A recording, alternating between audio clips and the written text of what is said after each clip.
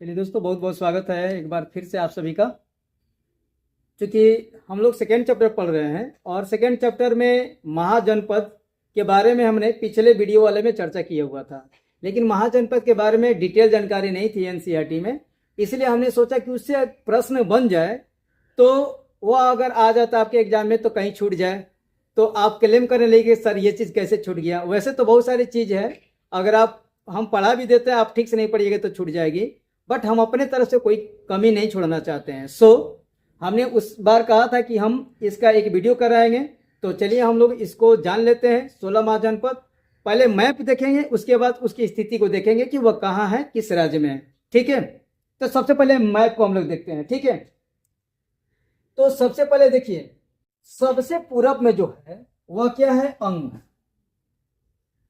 उसके बाद से वज्जी है, तब मगध है। ये 3 महाजनपद ऐसे, ध्यान दीजिए। सबसे पूरब में कौन है, अंग, जिसकी राजधानी चंपा है। ठीक है, बज्जी, ये बज्जी है जहां पर पहला विश्व का गणतंत्रात्मक शासन प्रणाली की व्यवस्था की गई थी। ये पहला है, ठीक है, बज्जी। और उसके बाद से मगध, इसके बारे में हमने चर्चा किया हुआ था। ये तीनों की तीनों बिहार में है, आप देख लो।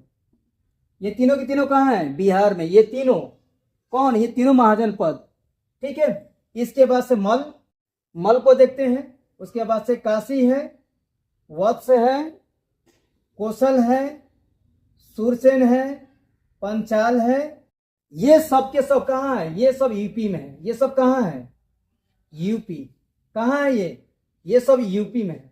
अब देखो, बिहार में 3 है और यूपी में कितने हैं, पंचाल है, सूरसेन है, मल है, काशी है, कौशल है, वत्स है। ये सब के सब यूपी में उस समय स्थित थे। अगर मैप में देखें तो इस बात को हमको पता चलता है। तो आपको ध्यान में आ रहा, बिहार में 3, इसका मतलब ये पंचाल 1, सूरसेन 2, मल 3, कौशल 4, काशी 5, वत्स 6। ये 6 जो महाजनपद थे वह कहाँ थे, यूपी में थे। कहाँ थे, यूपी में थे। हम लोग इसका लोकेशन जानेंगे इस मैप के थ्रू। ठीक है, आपको घबराने की जरूरत नहीं है, एक चार्ट हमने बना दिया, इसको हम लोग जानेंगे। उसके बाद से थे कौन, कुरु। ये कुरु वहां है हरियाणा वाले क्षेत्र में, कुरुक्षेत्र इसकी राजधानी थी। ठीक है, तो ये उस समय वहां थी। उसके अलावा मत्स्य, ये राजस्थान में स्थित थी। उसके बाद से अवंती, ये आपके नर्मदा के क्षेत्र वाले में थी। तो अवंती और चेदी, ये सब के सब मध्य प्रदेश वाले क्षेत्र थे। इसके अलावा अस्मक जो था उस समय ये दक्षिण भारत में स्थित सबसे दक्षिण में स्थित महाजनपद था। ये समझना है, दक्षिण भारत में स्थित सबसे महाजनपद कौन था, तो आपको बताना है अस्मक भारत का सबसे दक्षिण में स्थित महाजनपद था। तो हमने कवर करा दिया 3 इसमें और 6 इसमें, 9।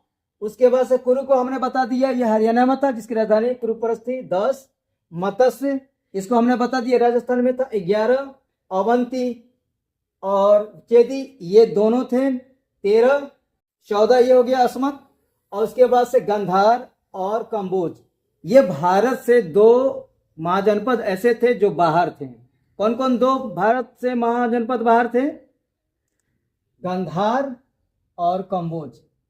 ये भारत से बाहर 2 महाजनपद थे। कौन कौन, गंधार और कंबोज। कंबोज ऊपर वाला स्थित है अफगानिस्तान वाले क्षेत्र में, और गंधार ये पाकिस्तान वाले क्षेत्र में, बट ये दोनों के दोनों पाकिस्तान में स्थित हैं। यानी टोटल हमने 16 महाजनपद के बारे में बता दिया। ठीक है, अब थोड़ा एक चार्ट के माध्यम से देख लेते हैं तो हमको और क्लियर होगा कि ये कहाँ कहाँ स्थित है। सबसे पहले अंग, इसकी राजधानी चंपा है। ठीक है, और ये भागलपुर और मुंगेर वाले क्षेत्र में पड़ते हैं। ठीक है, ये आज के समय में कहाँ थे, भागलपुर और मुंगेर वाले क्षेत्र में।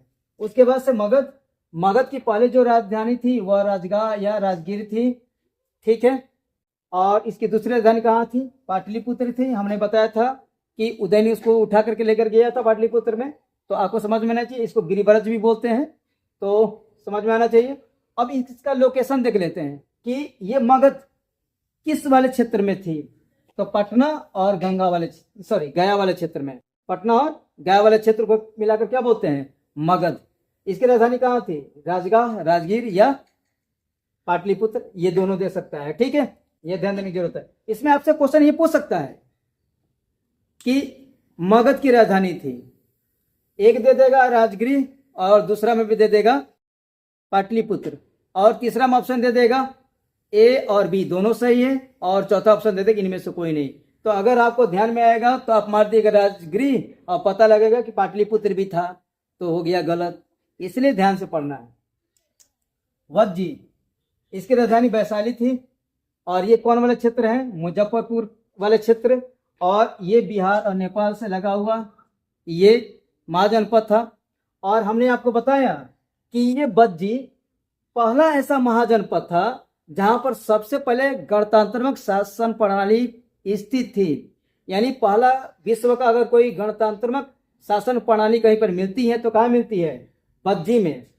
ठीक है, पहला गणतांत्रिक जो व्यवस्था थी वह सबसे पहले कहाँ थी, वज्जी में थी। और ये सब के सब कहाँ स्थित है, बिहार में। कहाँ स्थित है, ये तीनों महाजनपद बिहार में स्थित है। ठीक है, इसका लोकेशन देख लीजिए। अच्छा, इसी में 10 ऐसे छोटे छोटे संघ और गण शामिल थे। हमने पहले उस वीडियो में चर्चा किया हुआ था, छोटे छोटे गण और संघ, ये छोटे छोटे राज्य जैसे थे, और उसका सब कोई अपना अपना एक राजा होता था। तो उसी में इक्ष्वाकु था, उसी में शाक्य था, उसी में विदेह था। तो हमने ये सारी चीजों को हमने बताया हुआ था, उसी में ये सारी चीज शामिल है। ठीक है, इसमें वज्जी में।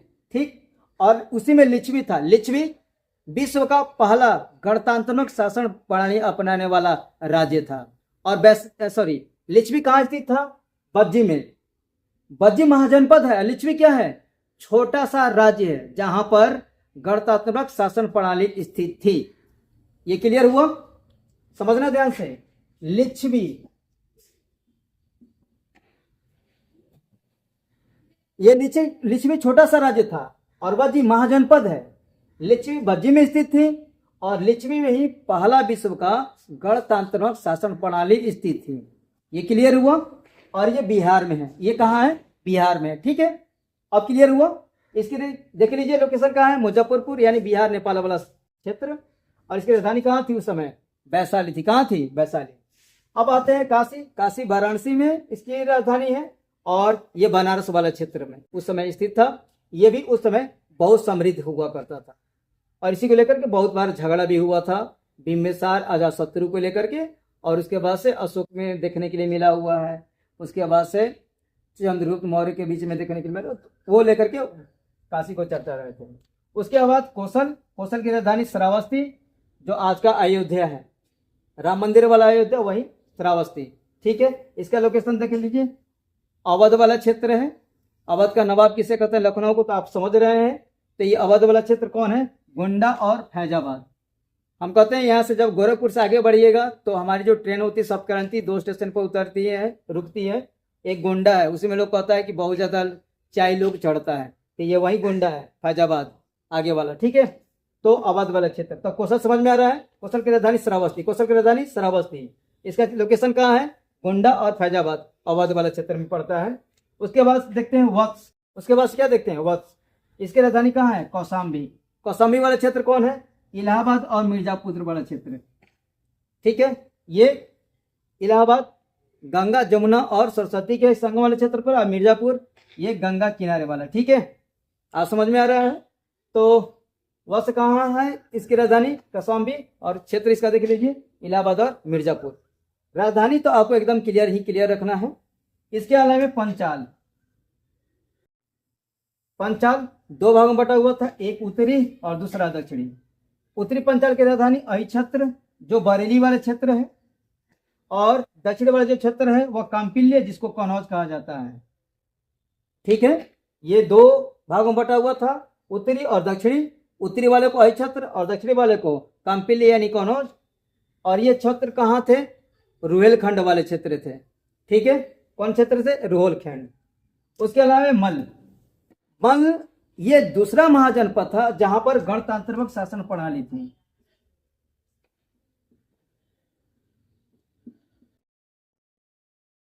दूसरी गणतंत्र शासन प्रणाली थी, इसकी राजधानी कहाँ थी? इसकी भी दो राजधानी थी, कुशीनगर और पावा। आमतौर पर कुशीनगर ही देता है, तो इसको क्लियर रखना है। ये कौन कौन से क्षेत्र आते हैं? देवरिया, कुशीनगर और गोरखपुर। ये तीन क्षेत्र ऐसे थे जो मिला करके ये मल महाजनपद का निर्माण करते थे। ठीक है, तो मल की राजधानी कहाँ है? कुशीनगर। मल की राजधानी कुशीनगर। समझ में आया? तो हमने 8 ये महाजनपद पढ़ा और 8 अभी पढ़ रहे हैं फिर से, तो उसको हम लोग को ध्यान देना है। ठीक है, इससे सवाल निश्चित रूप से बनते हैं। ठीक है,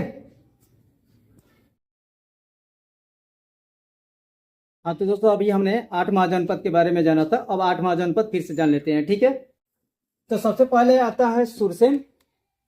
सुरसेन की राजधानी कहाँ है? मथुरा। ठीक है, ये ब्रजमंडल वाला क्षेत्र है जहाँ पर कृष्ण जी रहते थे, कृष्ण जी वाला क्षेत्र जहाँ पर बांसुरी बजाते थे, ये ब्रजमंडल वाला क्षेत्र है। ठीक है, समझ में आ रहा है? सुरसेन की राजधानी मथुरा, ब्रजमंडल वाला क्षेत्र है। चेदी या चेथी, ये भी महाजनपद थी। इसकी राजधानी सोथीवती या सुक्तिमती, ये दोनों देता है, तो घबराने की जरूरत नहीं है। चेदी की राजधानी सुक्तिमती कही है, सोथीवती कही है, दोनों सही है। और ये बुंदेलखंड वाला क्षेत्र है। बुंदेलखंड वाला क्षेत्र कौन है? जब यूपी और मध्य प्रदेश के बाउंड्री पर जाइएगा तो वहां पर बुंदेलखंड मिलता है, तो वहां पर ये लोकेशन इसका मिलता है। ठीक है, कुरु हमने बताया था, कुरु हरियाणा वाला क्षेत्र, कुरुक्षेत्र, हस्तिनापुर या इंद्रप्रस्थ इसको बोलते हैं, जहां पर पांडव लोगों की राजधानी हुआ करती थी, शासन करते थे, यही है कुरु। ठीक है, जहां पर कुरुक्षेत्र हुआ था ये कुरु, ये इंद्रप्रस्थ उसकी राजधानी थी।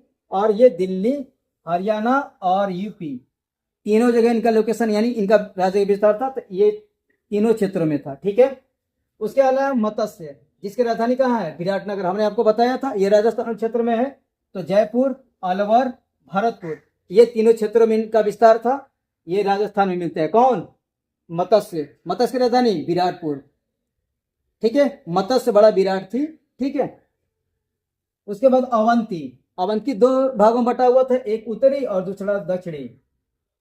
अवंती, उत्तरी अवंत की राजधानी उज्जैन, उत्तरी का उज्जैन, उत्तरी का उज्जैन, उत्तरी अवंत की राजधानी उज्जैन और दक्षिणी का माहिष्मती।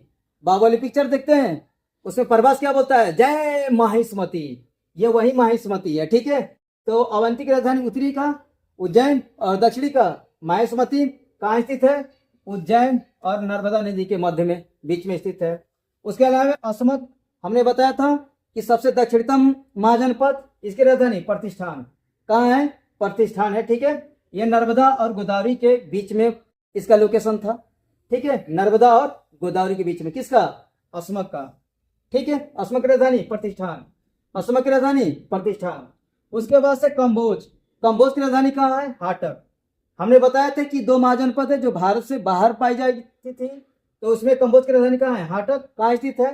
पुंछ और राजौरी वाला क्षेत्र में, पुंछ और राजौरी वाला क्षेत्र जो पाकिस्तान में स्थित है। आप देखिए कश्मीर से सटे हुआ है। ठीक है, इसके अलावा गंधार। ठीक है, ये भी भारत से बाहर स्थित महाजनपद था, जिसकी राजधानी तक्षशिला। आप जब पढ़िएगा तो आपको समझ में आएगा कि उस समय जो कौटिल्य होता था, चाणक्य, वह तक्षशिला का स्टूडेंट था। ठीक है, तो उस समय गंधार की राजधानी कहाँ थी? तक्षशिला। गंधार की राजधानी तक्षशिला। और ये कहाँ स्थित है? काबुल और रावलपिंडी वाला क्षेत्र। ठीक है, जो ये भी पाकिस्तान में स्थित है। तो इस प्रकार से हमने 16 महाजनपद के बारे में बता दिया था। महाजनपद ये कौन कौन थे, उसकी राजधानियां कहाँ थी और उसका लोकेशन क्या था। तो उम्मीद है आप इसको मन लगाकर पढ़िए, अच्छे से पढ़िए। किसी तरह की इसमें क्वेश्चन बने तो इसमें आपको प्रॉब्लम नहीं आना चाहिए। गर्मी बहुत ज़्यादा है, तब तक आप लोग इसे घबराना नहीं है, मन लगाकर पढ़ना है। आई होप आपको समझ में आ रहा होगा। और जब भी आपको ऐसा लगता है कि हमें पढ़ने की ज़्यादा आपको ज़रूरत पड़ रही है, तो इसको क्या कीजिए? स्क्रीनशॉट कर लीजिए। यह भी एक तरीका है कि स्क्रीनशॉट कर लीजिएगा, तो आपको बार बार उसको देखने की जरूरत नहीं पड़ेगा। आप उसको पेस्ट करवा करके, कॉपी करवा करके बाद में उसको पढ़ भी सकते हैं। ठीक है, तब तक आप सभी को बहुत बहुत धन्यवाद। हर हर महादेव, बोल बम।